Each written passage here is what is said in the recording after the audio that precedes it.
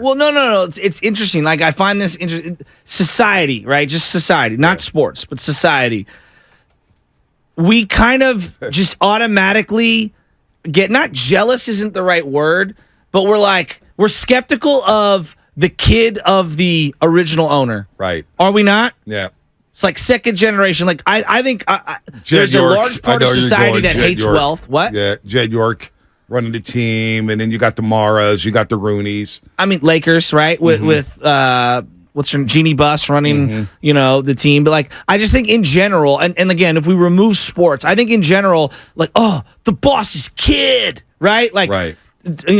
Electrician outfit X or, restaurant Z or whatever. And there are a lot of times in business, whatever it is, whatever industry, where you see the second generation take over and maybe they weren't as invested emotionally or as well versed in the industry as their parents were. And the business does struggle. Like, it does. Now, are there times when someone goes to school or whatever, or works in the industry and is raised up in the industry and becomes excellent in that industry? Hell yeah, there's lots of examples. I've referenced my uncle's business, and I'm not here to say that the Mary Sales company that makes bicycles is on the same level as the Golden State Warriors that are worth $7 billion.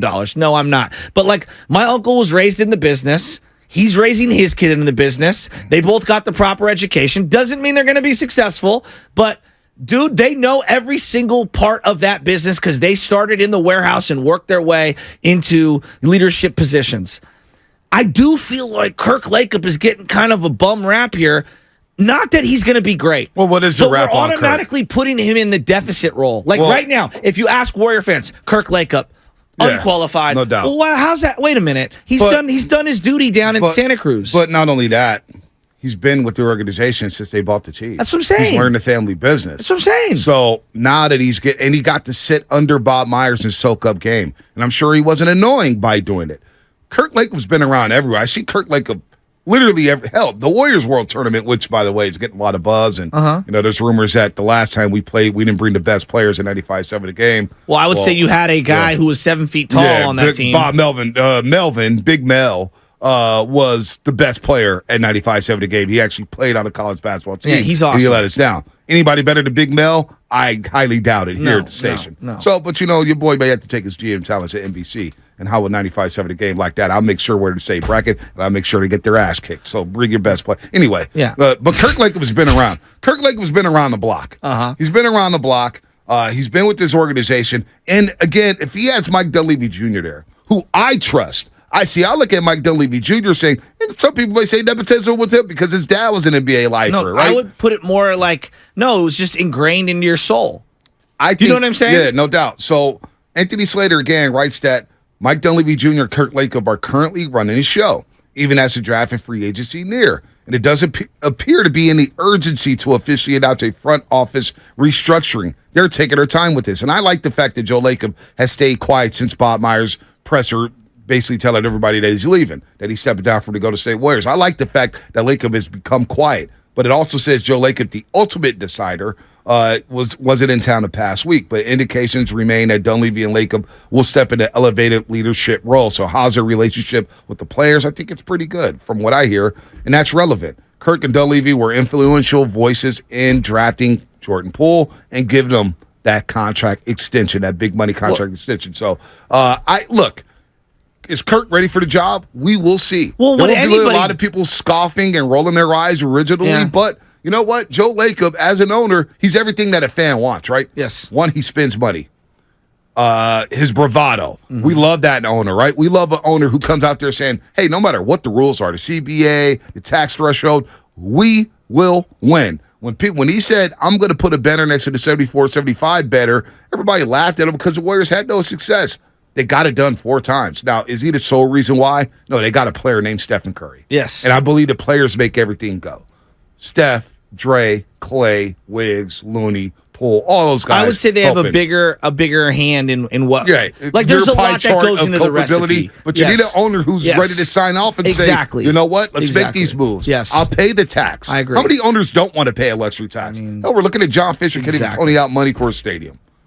So Kurt Lacob, I get why some people will be a little skeptical of him running the show because they don't know much about him. I agree. Other than that he's Joe Lacob's son. So let's Can we acknowledge this? There are good and bad examples of family members in getting into the family business. Very bad. Basketball right now is the family business. There are good and bad examples across the board, across industries. Yep. Okay.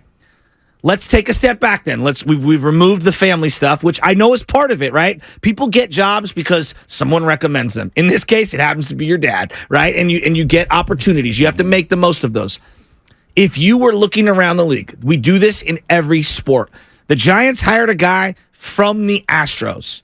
We think that guy could bring some of the winter dust over to the Giants. Yep. How many teams have hired people from the New England Patriots? Everybody. Scott Pioli, Romeo Crennel. The Raiders have a GM for the Patriots system.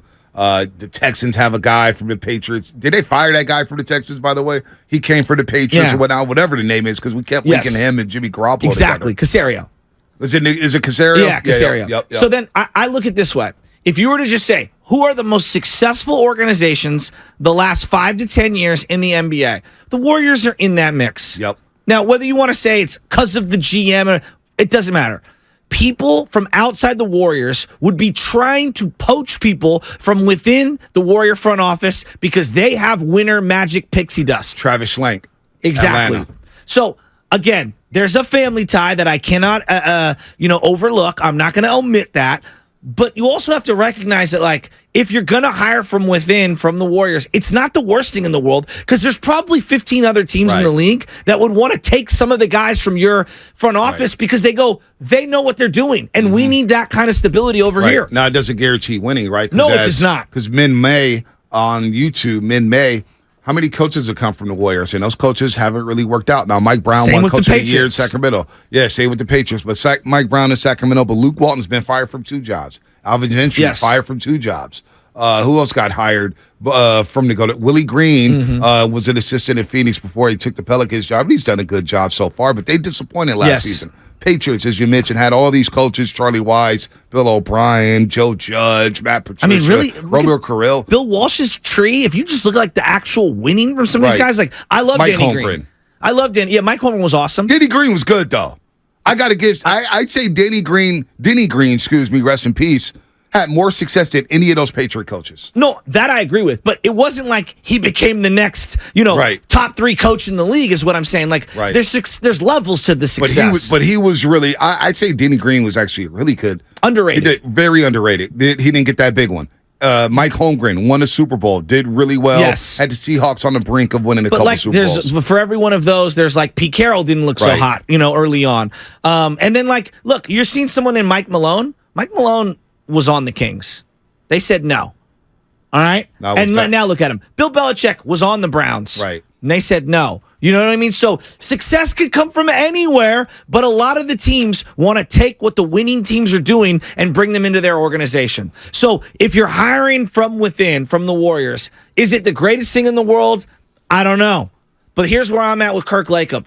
I'm giving him a chance. Yeah. And that's all you can do at this point. What about Mike Dunleavy Jr.? Of course you're giving him a chance. So, again, if people are like, why are they talking about Kirk Lacob or Mike Dunleavy Jr.? Well, Anthony Slater just wrote an article that got released about 30 minutes ago in The Athletic. And he had a quick aside on the vacant GM spot. Kirk Lacob and Mike Dunleavy Jr. are currently running the show, folks. They're currently running the draft and free agency. And there doesn't appear to be any urgency, according to Anthony Slater, to officially announce a front office restructuring. Joe Lacob, and this is a key sentence here, Joe Lacob, the ultimate decider, wasn't in town this past week. Indications remain that Dunleavy and Lacob will step into elevated leadership roles, so the interim structure is the most likely permanent situation here before they go to State Warriors. Now, Joe Lacob joined us back on November 10th, 2021. He walked in the studio. Talked to Shatsky and I for an hour. It was really good. It was during the early stages of their championship season. And Joe Lacob, if people were hesitant on him being involved in every decision, well, this is what he told us back on November 10th of 2021 about some of the decision-making processes of the Golden State Warriors. The politically appropriate thing to say probably would be, I let people do their job, and I do. But I am pretty involved in everything. I mean, I'm going to have to be honest about that, whether it's a business decision or a basketball roster decision. Even the 15th spot, you would think, why do I have to be involved in that? But the truth is I am, because, I'm really probably the person that's all over this, maybe more than everybody, because it's what I love and what we're doing. And I'm involved. I know what's going on. I don't overrule people very often. If they've come to a firm decision, they've got their analysis, that's it. We go with it. Including the draft? Yeah, including the draft. I will tell you the draft, that's very true. We can sit here and say who liked Wiseman, who liked this guy. We could do that all day long. There's all kinds of views on that. But at the end of the day, it's a group thing. We come to a group decision for a lot of different reasons, and we pick who we're going to pick. And hopefully we're right, more often than not. But, we've been wrong too. So that's back on November 10th, 2021. I'm involved.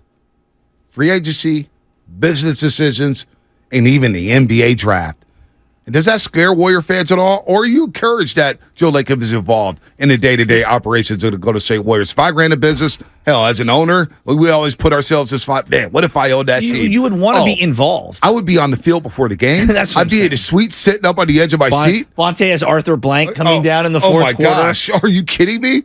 I would be at every practice. Like, I remember the Bill Belichick 30 for 30. So you would be Jerry Jones, the guy you love. No, I wouldn't be Jerry Jones. I wouldn't be holding pressers at their every single game. I wouldn't be saying, yeah, we need to make our 53. I would just be in the back of the room. I wouldn't say anything, but I would want to be involved in that. That's the access that we all yearn for, right? Yes. So like the Hesses, when they owned the Jets, they would be sitting there with their lawn chairs at practice just watching. I would be that owner. I wouldn't be sitting there all up in the video and stuff like that. That's you. I wouldn't be Mark Cuban. No, Mark Graves. I'm not Mark Cuban. Stop it. I think you'd be a little more boisterous than you're admitting, but that's fine. I do not think you'd be Jerry Jones. I'd be Eddie D. No, I just think you'd meddle more than you admit. That's all I would say. And I'm not mad at that. Like, you got to be at your business every day to see it thrive. That's a reality of running a business. What do you think about this, Comcast? No matter how big or small. Comcast Business Text line 415. A group decision as far as talent is not always good.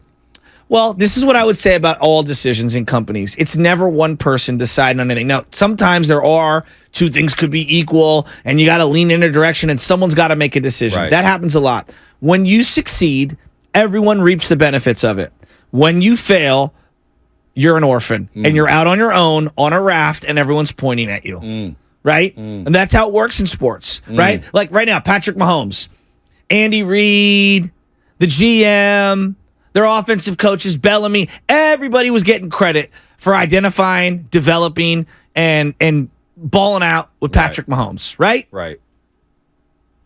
We don't even know who picked Trey Lance. And I'm not even saying Trey Lance is a quote-unquote bust, but because he hasn't had success, it's all finger-pointing. I don't even know if Shanahan wanted him. No. You know what? The Trey Lance thing I'm putting on Kyle Shanahan. That's on him. He's the offensive guru. He calls the plays. He sat there, and John Lynch has put out, he goes, on Monday, Shanahan told me the Monday of the draft, I'm taking this kid. And I said, okay. So it's on Kyle Shanahan. We're not confused. They may be trying to confuse people now. It's on Kyle Shanahan. Let's just nip that in the bud. Trey Lance is on Shanahan. If it doesn't work out, that's on Shanahan and the 49ers. But we agree with that. But would you also agree there's been a lot of smoke? There is. There is a lot of finger point now. You're talking about culpability. That's different from, we literally have no idea who picked what and who wanted what. We've heard a different thing every week. With Trey Lance, I'm going strictly Shanahan. That was his decision. Strictly Shanahan. Look, now, James Wiseman, we don't know if that was Bob Myers. We don't know if that was Joe Lacob. We don't know if that was Steve Kerr. That's where the group decision-making can kind of protect everybody from taking all the blame, right? So when you're finger-pointing, everybody's trying to figure things out, who really took Kuminga? Who really took Moody? I mean, Bonte, whenever there's a promotion or a demotion, it's like, us and the management crew, us and the board, we as a panel have decided. It's never like, I'm demoting you. It's me. I'm the guy. Because now you're going to hate me forever. Yep. You try to, spread the blame out and spread out some of the love. So, no, there's a fine line, right? There's a fine line when it comes to quote-unquote meddling. I call it, being a part of the decision. Right. So here's what Lacob said back on November 10th, 2021. He said the team there hasn't been many mistakes. I want to see. I want to hear. No, this. he It's came been in a while. 2021. 2020, And they won November a championship 10th, in 2022. November 10th, 2021. So That's he part of the told you season. the year before they won the championship No, that he's this is the same season. okay, but This is the that same he's season. involved. Yeah, he And told they us- won the championship. And they won the championship. They won the championship. He's involved, and they won the interesting. championship. Here's what he had to say about some of the decision making and whether or not they've made mistakes. We haven't made a lot. We've done well, but I don't want to put the onus on any particular players here or there. But we probably should have listened last year a little bit with the fit of some of the players. So a couple players we brought in, it wasn't quite right. I mean, I don't think it mattered as much because we weren't going to win the title last year. Right. But I mean, there's things like that. We haven't made a lot on the basketball side. I mean, honestly, I'm pretty amazed how well we have done. So that was Joe Lacob, and you can kind of read through the tea leaves that he's talking about Kelly Oubre Jr., Brad Wanamaker. Did not quite work out for the Golden State Warriors. He also said this about the good job in terms of drafting. It's a demerit. Drafting is another matter. I mean, obviously, there's always somebody Right. that you say, dang, I know I was at 28, but I should have taken that guy. That's just the nature of the beast. It is really hard to predict who's going to be great in the draft. Nikola Jokic, No one saw that. 41. Right. I mean, how do you? Well, we did see it actually, but we didn't do it, and so that's the drafting thing's the thing I think about when I say mistakes, the here or there. But again, it's hard to be perfect. So I don't really think. I think we've done a good job overall. I just think that obviously we could have been better in certain regards. I gotta play this over because I want to hear the Jokic part one more time. I was just gonna say it sounded like LeBron. Yeah. Like I knew from day one let me- he was gonna be great. One more time. No, we did. Drafting is another matter. I mean, obviously, there's always somebody Right. that you say, dang, I know I was at 28, but I should have taken that guy. That's just the nature of the beast. It is really hard to predict who's going to be great in the draft. Nikola Jokic, No one saw that. 41. Right. I mean, how do you? Well, we did see it actually, but we didn't do it. And so that's the drafting thing's the thing I think about when I say mistakes, the here or there. But again, it's hard to be perfect. So I don't really think. I think we've done a good job overall. I just think that obviously we could have been better in certain regards. Wait a minute. I'm surprised that he get more buzz. Think about that line. Shaskin's like, nobody saw Jokic.